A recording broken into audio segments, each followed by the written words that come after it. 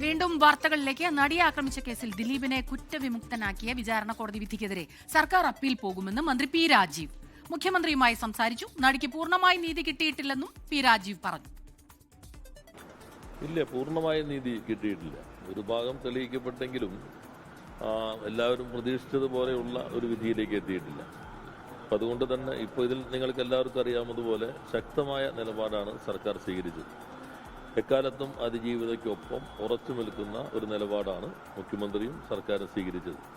Police വളരെ ശക്തമായിട്ടുള്ള ഒരു അന്വേഷണമാണ് നടന്നത്. എന്നാൽ അതിൽ നിന്ന് വ്യത്യസ്തമായിട്ടുള്ള ഒരു വിധിയാണ് ഇപ്പോൾ വന്നിട്ടുള്ളത്.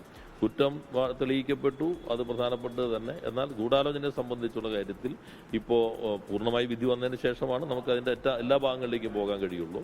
അതുകൊണ്ട് തന്നെ മുഖ്യമന്ത്രിയുമായി സംസാരിച്ചിരുന്നു. അപ്പീൽ പോകണം എന്നാണ് സർക്കാർ ഇപ്പോൾ തീരുമാനിച്ചിട്ടുള്ളത്. വിധി പഠിച്ചതിനു ശേഷം ഹൈക്കോടതിയെ സമീപിക്കാനാണ് പ്രോസിക്യൂഷന്റെ നീക്കം. സൂരജ് സജി ചേരും കൂടുതൽ വിവരങ്ങളുമായി നമുക്കൊപ്പം.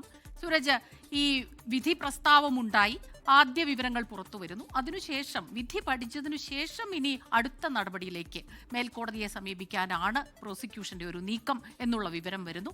എന്തെല്ലാം കാര്യങ്ങളാണ് ഇതിൽ ഉന്നയിക്കുക? ഏത് രീതിയിലാവും പ്രോസിക്യൂഷന്റെ അടുത്ത നീക്കം? ഇപ്പോൾ മന്ത്രി പറഞ്ഞത് ഉൾപ്പെടെ ഈ പൂർണ്ണമായും നീതി കിട്ടിയിട്ടില്ല അതിജീവിതയ്ക്ക് എന്നുള്ള ഒരു പ്രഖ്യാപനം, അല്ലെങ്കിൽ അങ്ങനെ ഒരു പ്രതികരണം അദ്ദേഹത്തിന്റെ ഭാഗത്ത് നിന്നുണ്ടാകുന്നത്, അത് സംസ്ഥാന സർക്കാരിന്റെ തന്നെ പ്രതികരണമായി നമുക്ക് കാണേണ്ടിയിരിക്കുന്നു. അടുത്ത നീക്കങ്ങൾ എന്തെല്ലാമാകും?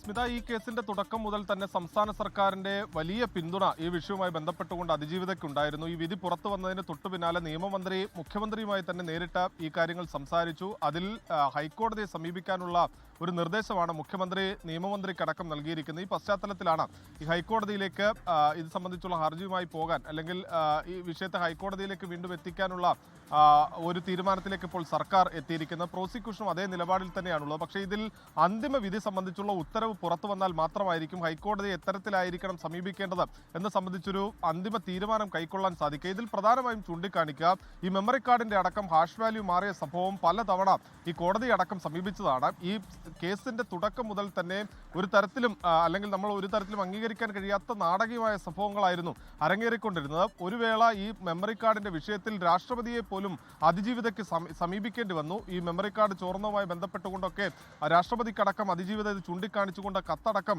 അയച്ചതാണ്. ഈ വിഷയമടക്കം ഹൈക്കോടതിയിൽ ചൂണ്ടിക്കാണിക്കും. അതോടൊപ്പം തന്നെ ഈ കേസിന്റെ വിചാരണ നടത്തിയിരുന്ന, വിചാരണ വേളയിൽ ജഡ്ജിയായി ഉണ്ടായിരുന്ന ജഡ്ജിയെ മാറ്റണമെന്ന് ആവശ്യപ്പെട്ടുകൊണ്ടടക്കം നേരത്തെയും കോടതിയെ സമീപിച്ചതാണ്. ഇതിലെല്ലാമുള്ള അതൃപ്തി ചൂണ്ടിക്കാണിക്കുക. അതോടൊപ്പം തന്നെ ഈ കേസിൽ പ്രോസിക്യൂഷൻ കണക്ക് കൂട്ടുന്നത് ഇതിൽ സാക്ഷികൾ കൂറുമാറിയത് വലിയ തിരിച്ചടിയായി എന്നുള്ളത് തന്നെയാണ്. 261 സാക്ഷികളായിരുന്നു ഉണ്ടായിരുന്നത്. അതിൽ 28 സാക്ഷികൾ കൂറുമാറിയത്.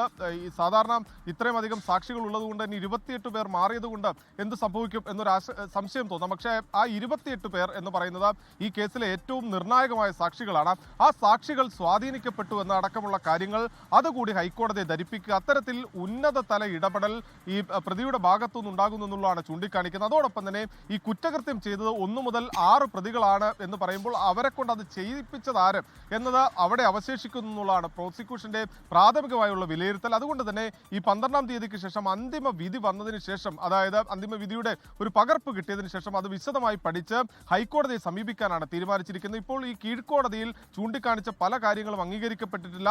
അക്കാര്യങ്ങളെല്ലാം തന്നെ ഹൈക്കോടതിയിൽ ഉയർത്തിക്കാട്ടിക്കൊണ്ട് ഈ കേസിൽ ഒരു തുടർ നടപടിയുമായി മുന്നോട്ട് പോകാനാണ് നിലവിൽ പ്രോസിക്യൂഷനും അതിജീവിതയും തീരുമാനിച്ചിട്ടുള്ളത്. ശരി, സുരജ് സജിയാണ് വിവരങ്ങൾ നൽകിയത്. ലോകത്തെവിടെയായാലും ഏത് സമയത്തും 24 വാർത്തകളും ഓഗ്മെന്റഡ് റിയാലിറ്റി പാക്കേജുകളും എക്സ്പ്ലെയിനറുകളും വിശദമായി കാണാൻ ഞങ്ങളുടെ യൂട്യൂബ് ചാനൽ നിങ്ങൾക്ക് സബ്സ്ക്രൈബ് ചെയ്യാം.